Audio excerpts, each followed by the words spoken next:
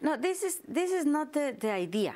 I mean, the idea is that we have to leave oil there and then in another place and then in another place.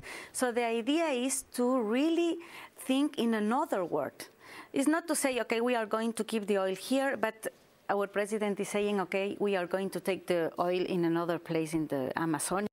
So we are telling him, let's start with this, and then with all the national park, to start an audit and to see what is going on there, and then in Ecuador with no oil. In our last 30 seconds, you spoke last night at the Climate Forum, and you were really stressing this issue of climate debt, which is not a very familiar term in the United States. Yes, I know. Explain very briefly what it is.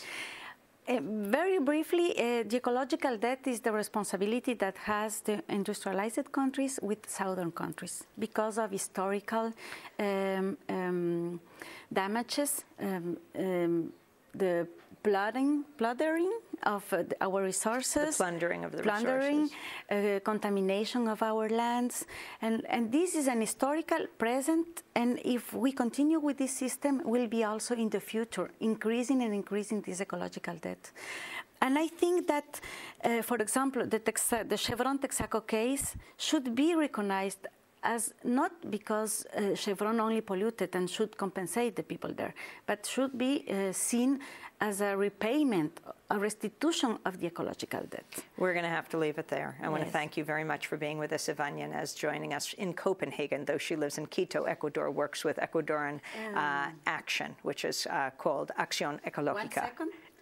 I would like to give you this. This is our slogan. Leave the oil in the soil, the coal in the hole, and tar sand in the land. Thank you very much, Yvonne. Big for you, but you can give to your That does it for our broadcast. Thank you so much for being there.